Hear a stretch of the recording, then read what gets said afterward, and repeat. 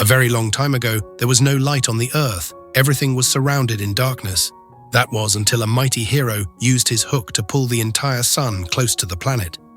This man was the guardian of the sun, who used the sun to regulate the seasons on Earth.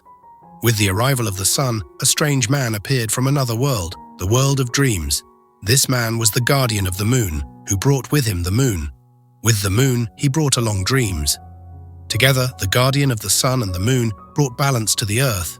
Several thousand years have now passed, and the sun is dragged around the earth using a gigantic stone golem, while a large, monstrous bird-like being drags the moon around in the opposite direction in order to create the day and night cycle. However, the sun never goes beyond the land of the day, and the moon never leaves the land of the night. Thus, the world is divided into day and night worlds. The earth is inhabited by funny-looking creatures.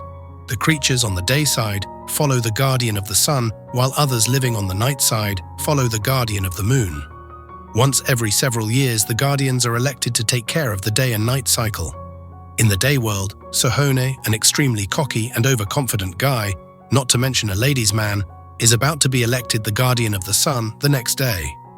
In the night world, a completely opposite, quiet and villain-esque man named Leon is going to be elected the guardian of the moon the following night. In the world between day and night, live creatures are made out of wax. In one such household lives a young wax teenager called Glim, who lives with her father. Glim is very excited to go and witness the crowning of the new guardian of the sun and moon tomorrow. Her father is adamant that she shouldn't because she would melt and die just like her mother Ursula, who had now become just a handful of wax after going out in the heat wave of 3 p.m. Glim, however, has no intention of listening to her father. Back in the night world lives a young, cheerful teenager named Mune. Mune is a very playful kid, and most of the time it gets him in trouble. He stumbles into Leon's speech ceremony and is grounded by his father.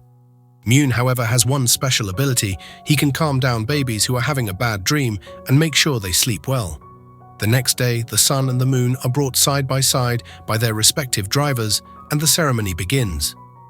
In the day world, Master Zola, the old guardian of the sun, descends from the sun and grants his powers to the next guardian, Sohone. The whole ceremony goes on without a hitch. Mune and Glim both manage to get there to witness the ceremony. Right across from them, Yule, the old guardian of the moon, also starts the ceremony and calls forth the purest creature of the night to declare Leon as the guardian of the moon. However, the creature skips Leon altogether and declares Mune as the new guardian of the moon. A timid Mune is perplexed at what had just happened, but has no other choice but to accept his fate. As Yule declares him as his successor, Glim listens to his name in awe. Elsewhere, in the darkness of the underworld, the henchman of the evil monster, Necros relates to him the news that the powerful Master Zola had finally retired, and so it was the perfect time for them to once again start with their evil schemes of stealing the sun. Necros agrees as well and releases 2 shade serpents from within him to corrupt someone's soul so that they can use that person to enact their plans. The shade serpents head to the one man who had suffered the most in the past few days, Leon. The man is frustrated as his years and years' worth of training had gone to naught, all because Mune was chosen as the guardian all of a sudden. The serpents notice the darkness in his heart and appear before him with a proposal. If he could somehow hand the sun to Necros, he would be the new guardian of the moon. Considering what had happened in the last few days, Leon really accepts the proposal. Elsewhere, Mune is taken to the large bird-like carrier of the moon. Atop the carrier is a temple from where several hundred strings hold down the moon to the carrier. These stings are produced by small white spider-like beings that reside in the temple. Eula familiarizes him with the temple. A series of strings can be used as a harp to control the temple carrier. He also shows Mune the trapdoor leading to the world of dreams from where the first guardian of the moon had brought the moon. Mune is still not convinced that he is the true guardian. He thinks the creature had chosen him without considering anything. After all, he was bad at everything, and there was no way he could control the temple. However, before he could ask any more questions about how to operate the temple properly, Eula turns into a huge glowing plant that blossoms into a moon-shaped flower. Around him are several other plants just like him, from the other guardians of the moon. Elsewhere in the stone golem, Master Zola has now turned into a stone statue just like his predecessors. Sohone has taken over the temple, but to his disappointment, his harpoon skills are no longer required for running the temple. The temple now focused on photosynthesis, managing the weather and other scientific things. Back at the Moon Temple, Mune tries to control the temple but fails miserably. The strings start to break and the moon slips away from the temple. Even the carrier starts moving haphazardly without following its predestined course. Mune somehow manages to bring the moon back with him, but the carrier has now gone dormant and doesn't move at all. So Mune carries the moon with him for now, like a balloon. From the Sun Temple, Sohone notices this and is furious at Mune for causing this mishap on the very first day of his job. Just then, Leon appears out of thin air and tells Sohone that he should reprimand Mune for being a disgrace to the name of the Guardians. He provokes Sohone to hand him the temple instead, and the two could handle the business of the Guardians. After all, if the Mune Guardian fails, it meant that the Guardian of the Sun failed too. Convinced by Leon's words, Sohone takes his spear and heads to the Moon Temple, leaving the Sun Temple unguarded. Taking this opportunity, Necros's devil minions go and steal the sun from the temple. Just as Sohone reaches the Moon Temple, darkness starts spreading all around the world. From her home, Glim notices the two minions taking the sun away and quickly rushes to find Sohone to notify him of this. Sohone, on the other hand, reaches the Moon Temple and finds Mune outside, holding the moon. He reprimands the teenager harshly and takes the moon away from him and hands the moon to Leon, declaring the man the new guardian of the moon. Saddened, Mune runs back into the forest. Just then, Glim arrives and notifies Sohone that the sun had been stolen. They turn around and see the final glimpses of the sun as it is dragged down into the underworld. Leon tells them that the sun was probably taken by Necros and suggests that they go there while he takes charge of the Moon Temple again. In the underworld, Necros receives the sun and blows it out. Glim is a bit shy at first to travel along with her hero, but soon realizes that he is nothing but a big muscle head. He had been dragging them around the same place in a circle for about an hour now. Glim then decides to take charge and use the stars to find the way to the underworld, and soon the duo encounter Mune, who decides to travel with them, as it was because of him that they were in this whole situation. The three then travel together to the underworld. Back at the Moon Temple, Leon is ecstatic that he is finally what he deserves to be, a guardian, and commands the temple to work, but for some reason it doesn't work. He then tries to send the moon back to the sky, but it doesn't leave the ground. Soon, in the absence of the sun, the moon starts to wither away, becoming smaller and smaller every second, until eventually the moon becomes nothing but dust. The final source of light in the world is now dead as well, and the whole world goes into chaos. In the absence of the moon, the temple starts haphazardly moving towards the underworld by itself. On their way to the underworld, the group stumbles upon Phospho, one of the old guardians of the moon, who had been banished. He gives Glim some of his powers so that she won't melt by anything hot, unless it is the sun itself, and decides to tag along with the group. Phospho tells them about Necros. Back when Phospho was the guardian of the moon, Necros was the guardian of the sun. However, he had gone evil one day and decided to keep the sun for himself. The world had been plunged into darkness. Then Zola arrived in time to stop Necros in his evil plans.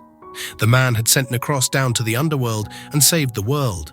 Necros had stayed there for 300 years, waiting for Zola to leave so that he could get the sun once again, and had finally gotten what he wanted.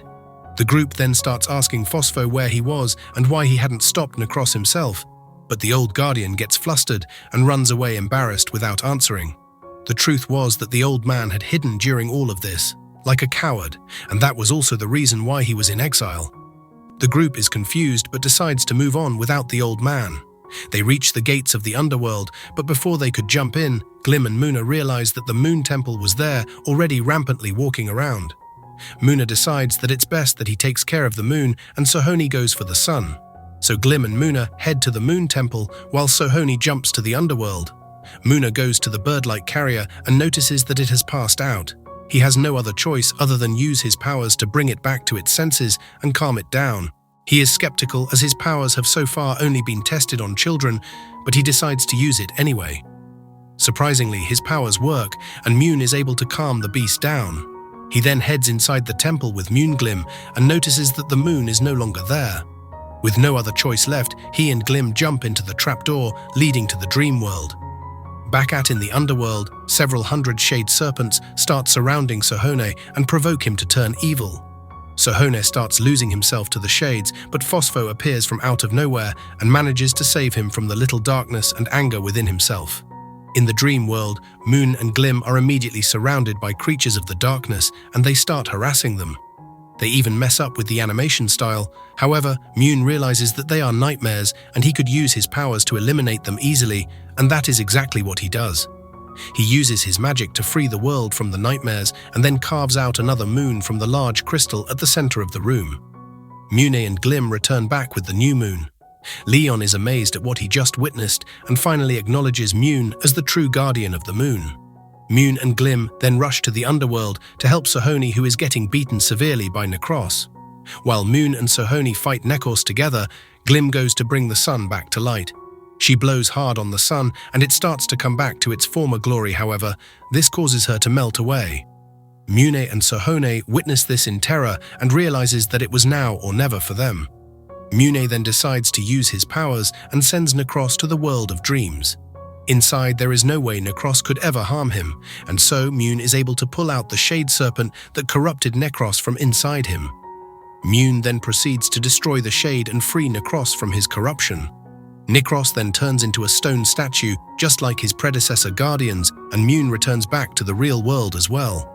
He gathers all of Glim's wax and remolds her, placing her in a sanctuary nearby, along with a small piece of the moon. The two Guardians then return to their temples after Sohone apologizes and claims Mune to be the strongest Guardian ever. The sun and the moon are once again sent back to their original places, and the temples are once again set back to their original course. Sometime later, when life is back to normal, Glim wakes up with the power given to her by Phospho. She doesn't melt in the day, and with the new moon alongside her, she doesn't freeze in the night. She quickly rushes to Mune and the two friends reunite once more, this time as lovers. Subscribe for more videos like this, turn on the notification and leave a like to help the channel out. Thanks for watching.